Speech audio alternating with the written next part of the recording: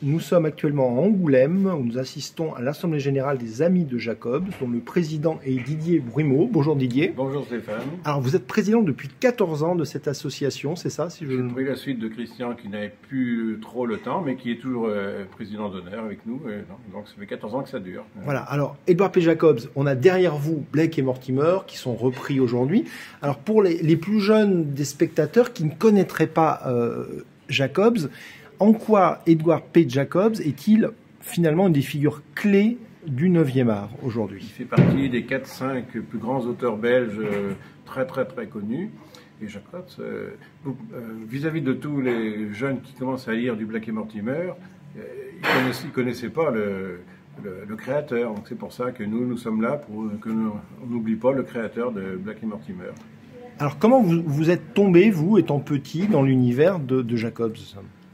Alors, celui qui est tombé, là, c'est plutôt Christian Guerre. Et moi, il m'a demandé à moi si je voulais l'épauler pour cette association. Je lui ai dit oui tout de suite parce que moi ce que j'ai adoré comme album, l'album le plus mythique, c'est La Marque Jaune. Donc, celle-là, je l'ai lu, mais pas trop petit parce que c'est dur à lire quand on est petit. Il y a beaucoup de textes et tout, mais c'est un album que j'ai adoré.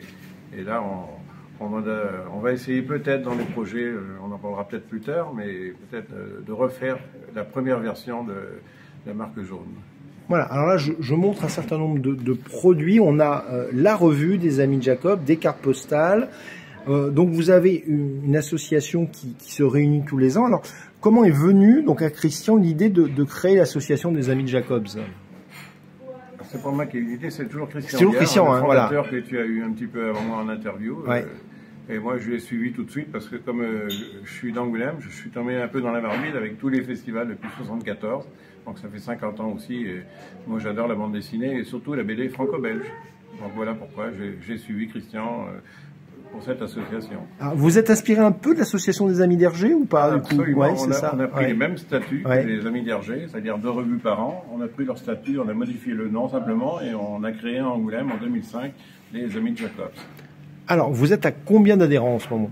Alors, on est à 545 adhérents, dont une vingtaine, si tu veux, de gens qui sont non payants de cotisation, mais qui, quand même, c'est des auteurs, des gens qu'on a besoin d'eux pour l'association. Alors, l'association, donc, il y a un certain nombre d'ouvrages. Alors, peut-être parler de la revue, parce que c'est votre identité. Quand on adhère, on a droit à 2 revues par an, c'est ça? Absolument. On fait 2 revues, une fin juin et une fin décembre. 2 revues, c'est-à-dire qu'on a pris comme dans le statut des Amis d'Hergé, c'était 2 revues, donc on a décidé de faire la même chose. Et dans cette revue, alors en général, en couverture, on essaie toujours de mettre un dessin que Jacobs a fait.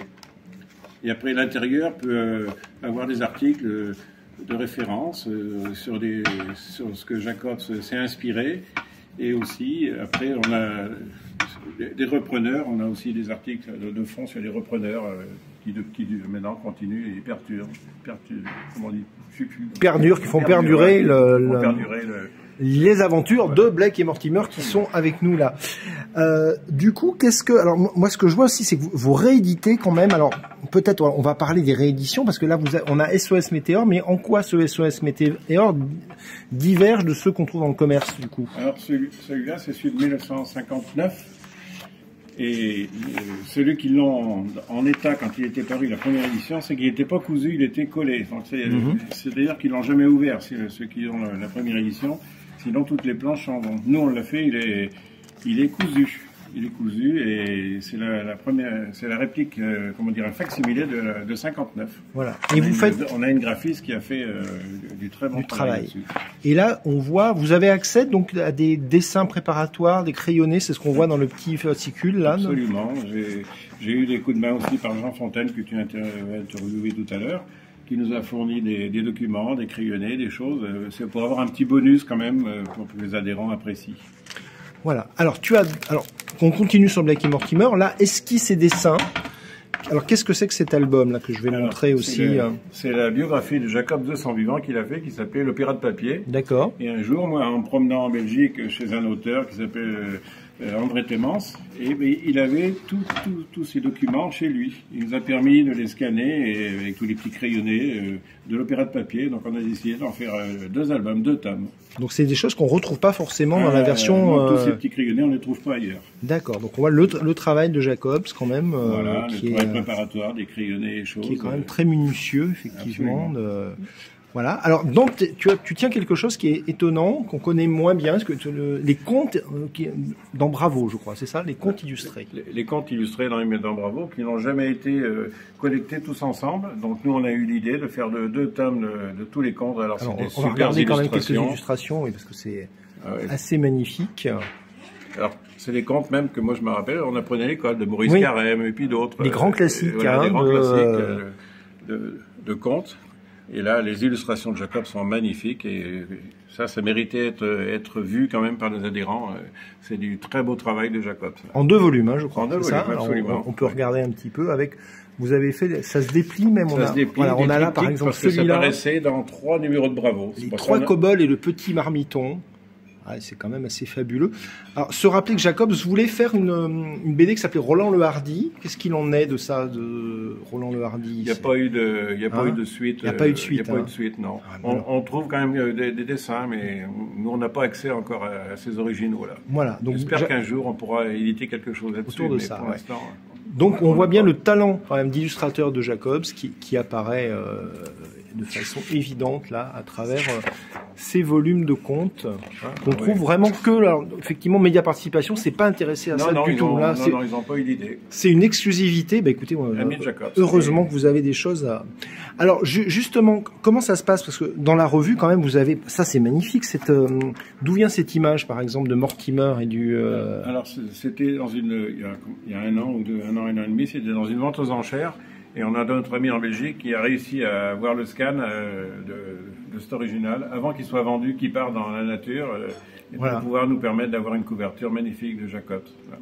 Et j'imagine que vous avez quand même des bons rapports avec Média Participation pour avoir les droits et pour travailler là-dessus. On a des très bons contacts. Dès que l'instant qu'on fait un album, on a un contrat avec eux, on leur reverse des royalties. Donc, vous voyez, ils nous apprécient de ce qu'on fait quand même. De ce côté-là, voilà. Ouais. Alors, est-ce que vous avez quel avis vous avez sur les reprises? Je sais que dans le dernier numéro, Aubin a fait un dessin spécial sur 8 heures à Berlin, spécialement pour les adhérents. Un original de couverture qui rappelle un polar des années 60. C'est ça. Il a fait ça que pour les adhérents qui ont été gâtés, tout en couleur. Il est magnifique. Je l'ai pas sous la table. Comment vous évaluez cette histoire? Beaucoup de gens contestent un petit peu l'idée qu'on fait mais qu'est-ce que vous pensez, vous, des reprises? L'histoire tient la route. C'est quand même 2 grands scénaristes, Fromental et José Louis Bocquet. C'est quand même des bons scénaristes, et qui vont continuer d'ailleurs à faire du Black et Mortimer. Ils ont encore d'autres idées à faire d'autres albums là-dessus, à ce sujet-là. Et c'est des scénarios qui tiennent la route. Parce que 8 heures à Berlin, c'est quand même une histoire qui tient bien la route. Avec des faits réels, en plus, qui se passent quand Kennedy est venu à Berlin en 63, oui, donc il se base sur certains trucs qui se sont passés, mais ça tient vraiment la route, le scénario, quand même. Et alors, vous, les projets de l'association, vous voulez continuer à rééditer du patrimoine? On voit des cartes postales aussi, je les montre rapidement, c'était les couvertures... c'est toutes les couvertures de nos albums. Nos albums, voilà. Édités en cartes postales, parce qu'il y a quand même beaucoup de collectionneurs de cartes postales qui aiment bien. Donc c'était un petit produit qui était intéressant à faire. Et alors dans nos projets, oui, je pense que d'ici 1 ou 2 ans, on a un projet de ressortir la marque jaune. C'est l'album le plus mythique de Jacobs, comme il était paru par l'imprimeur belge Van Cottenberg, qui n'a pas été réédité après. C'est-à-dire que même dans les ombres, on voit les petits dessins et tout, alors que maintenant, quand Dargaud réédite la marque jaune, c'est un peu brûlé les images, tout ne ressort pas. Donc là, c'est quand même une très belle version qu'on veut refaire. Est-ce que vous oseriez mettre le projet de couverture que Hergé avait censuré avec le monstre et le flingue? Non, je sais pas si on pourra peut-être poser la question, mais ça serait marrant. Je pense pas. On mettra celle qui est vraiment d'origine, comme de Van Cottenberg. Si on veut le faire, ça sera vraiment la même. Voilà, donc une édition bibliophile comme fait un petit peu... Comme fait les médias. Média Participation quand même, voilà, Mediatoon, mais vous avez aussi votre mot à dire là-dessus, parce que ça fait quand même 14 ans que vous faites ça. Oui, tout à fait. Voilà. Alors que les gens qui veulent récupérer tous ces petits goodies, ces albums, comment fait-on alors pour vous rencontrer, adhérer, quel est le process? Alors le process, ils tapent sur internet les amis de Jacobs et ils nous trouvent sans problème avec une boutique de tout ce qui est paru, un peu d'historique, vous trouvez tout sur le site. Voilà. Et chaque année, donc une réunion à Angoulême, c'est ça à peu près? Pas spécialement à Angoulême. Souvent, parce qu'on est basé à Angoulême, on l'a fait à Angoulême. On l'a déjà fait en Belgique, on l'a fait à Paris. On essaie de se rapprocher des adhérents. On se déplace aussi pour faire notre assemblée générale quelquefois. Oui. Voilà. Et ben merci pour votre passion et pour continuer à faire vivre la mémoire de Jacobs et de Blake et Mortimer. Merci Didier. Merci à vous.